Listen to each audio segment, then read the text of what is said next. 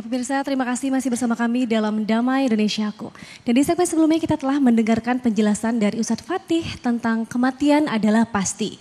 Pada segmen kali ini kita akan melanjutkan mendengarkan tausiah yang akan disampaikan oleh Ustazah Fadila dengan mengangkat subtema bekal menuju akhirat. Silakan Ustazah. Bismillahirrahmanirrahim. Assalamualaikum warahmatullahi wabarakatuh. Alhamdulillah wassalatu wassalamu ala Rasulillah wala hawla wala quwwata illa billahil aliyyil azim. Rabbana shrah lana sudurana wa yassir lana umurana wahlul 'uqdatam min lisanina yafqahu qawlana. Allahumma iftah 'alaina futuhal 'arifina bihikmatik wanshur 'alaina rahmataka birahmatika ya arhamar rahimin. Jamaah yang hadirin yang muliakan oleh Allah Subhanahu wa taala, di bagian hari ini ya, yaitu bekal apa yang akan kita bawa nanti ketika kita di akhirat. Kalau di dunia, kalau anak-anak kita mau sekolah biasanya disiapin bekal. Agar apa? Anak tidak lapar. Kalau kita bepergian juga kita persiapan bekal, persiapan pakaiannya, persiapan makanannya, agar kita tidak lelah dalam perjalanan.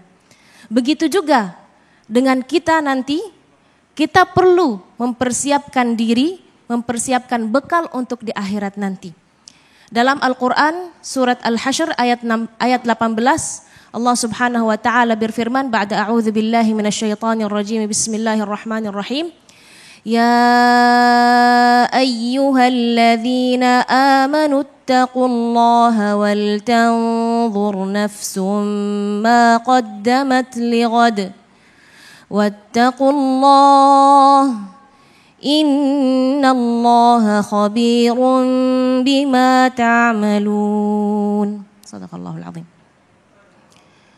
Wahai orang beriman, bertakwalah kepada Allah. Ya ayyuhalladzina amanu taqullaha wal tanzur nafsum ma qaddamat lighad. Apa persiapanmu untuk esok hari? Dan perhatikan lighad. Lighad itu besok, ya. Karena apa? Karena kematian itu walaupun kita menganggap kematian itu masih muda, baru 15 tahun, biasanya yang meninggal itu sudah kakek-kakek, nenek-nenek, belum tentu. Maka ayat ini Allah menjelaskan wal tanzur nafsun ma qaddamat lighad, besok. Bukan ba'da sanah, setelah 1 tahun atau setelah 2 tahun ataupun setelah 20 tahun, tidak. Al-Quran menggunakan istilah lighadin. Wal tanzur nafsum ma qaddamat lighad, apa bekalmu untuk esok hari atau untuk hari kiamat nanti. Dan ketika di hari kiamat pun kita tidak punya pilihan. Hanya kita punya 2 pilihan saja, mau pengen masuk surga atau masuk neraka. Maka apa yang sudah kita persiapkan di dunia ini? Wattaqullaha innallaha khabirum bima ta'malun. Ada seseorang datang kepada Rasulullah sallallahu alaihi wasallam. Dia bertanya kepada Rasulullah, ya Rasulullah, matas sa'ah, kapan hari kiamat?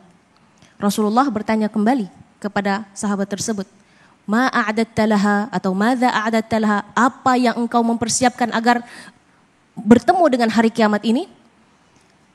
Dia menjawab, ma a'adattu laha min katsiri salatin wala shaumin wala sadaqah, walakinni uhibbullaha wa rasuluh. Saya tidak punya bekal yang banyak. Salat tidak banyak, puasa tidak banyak, sedekah tidak banyak. Tapi saya mempersiapkan diri karena saya mencintai Allah dan Rasulullah. Dan ini hal yang sesuatu yang luar biasa. Maka Rasulullah menjawab, qala anta ma'aman ahbab. Nanti di hari kiamat akan dibangkitkan dengan siapa yang kamu cintai. Maka ya kalau kita dekat dengan orang-orang yang soleh, insya Allah kita kecipratan berkahnya. Kalau kita mencintai orang-orang yang habaib, ulama, ya insya Allah kita juga kecipratan dan kita bangkit bersama mereka. Amin ya rabbal alamin. Walaupun kita, ya seperti tadi, la ma'adattu laha min katsiri salatin, kita tidak punya banyak bekal solat, mungkin masih ada yang tertatih-tatih, puasa mungkin masih ada yang di siang hari makan diam-diam, ya. Sedekah apalagi kalau ada kotak amal lewat, ada 5.000, ada 100.000. Yang sedekah yang mana? 5.000. Enggak, ada juga 2.000. Padahal pilihannya 5 sama 100.000. Dan juga dalam hadis lain Rasulullah sallallahu alaihi wasallam bersabda, "Idza mata ibnu Adam inqata'a 'amaluhu illa min thalath." Kalau ibnu Adam meninggal, semua amalnya terputus. Sudah tidak bisa lagi sholat, sudah tidak bisa lagi mengaji Al-Quran, sudah tidak bisa lagi berpuasa, sudah semua amalnya terputus. Tapi ada 3 amalan bisa menjadi bekal kita ke akhirat nanti. Dan pahalanya terus menerus sampai hari kiamat. Apa itu? Yang pertama adalah sadaqatun jariyah. Sedekah jariyah yang pahalanya terus menerus. Contoh seperti apa? Seperti kita misalnya sedekah kepada orang-orang miskin. Itu sedekah jariyah. Atau kita membantu saudara-saudara kita yang perlu air, kita bantu ngebor sumur. Itu pahala jariyah, sedekah jariyah. Kita bantu misalnya mencetak Quran. Kita bantu pondok pesantren. Kita bantu saudara-saudara kita yang lagi membutuhkan, maupun di Indonesia ataupun di luar Indonesia. Sekarang Masya Allah, saudara-saudara kita di luar banyak kena musibah, kita bisa bantu. Ya, itu insya Allah termasuk sedekah jariyah. Ya. Yang kedua apa? Ilmun yuntafa'u bihi. Jadi hari ini kan Masya Allah ibu-ibu dan bapak-bapak yang hadir di Masjid Al-Jihad banyak belajar. Ya. Yuntafa'u bihi, jangan hanya sekedar nanti keluar dari pintu masjid sudah lupa apa yang sudah disampaikan. Atau hanya sekedar untuk nyetatus doang. Status hadir di TV One. Ya. Enggak. Apa pesannya? Ya. Ilmun yuntafa'u bihi, sudah belajar maka apa yang berkesan di hati.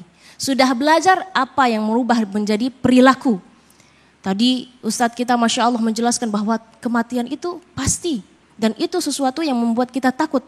Nah, apakah rasa takut itu mendorong kita untuk buat apa? Nah, itulah menjadi ilmun yuntafa'u bihi. Ilmu yang insya Allah manfaat. Dan ilmu itu kapan ia manfaat? Apabila kita mengamalkannya. Ya. Jadi jangan keluar dari sini, sudah tadi bahas tentang mati serem, ke sana ada jualan apa, lupa. Ya. Enggak, tetap kita ingat apa? Ilmun yuntafa'u bihi. Yang ketiga adalah waladun salihun yad'u lahu. Anak yang saleh yang mendoakan orang tuanya. Ustazah, kalau yang tidak punya anak keturunan bagaimana? Itu gampang.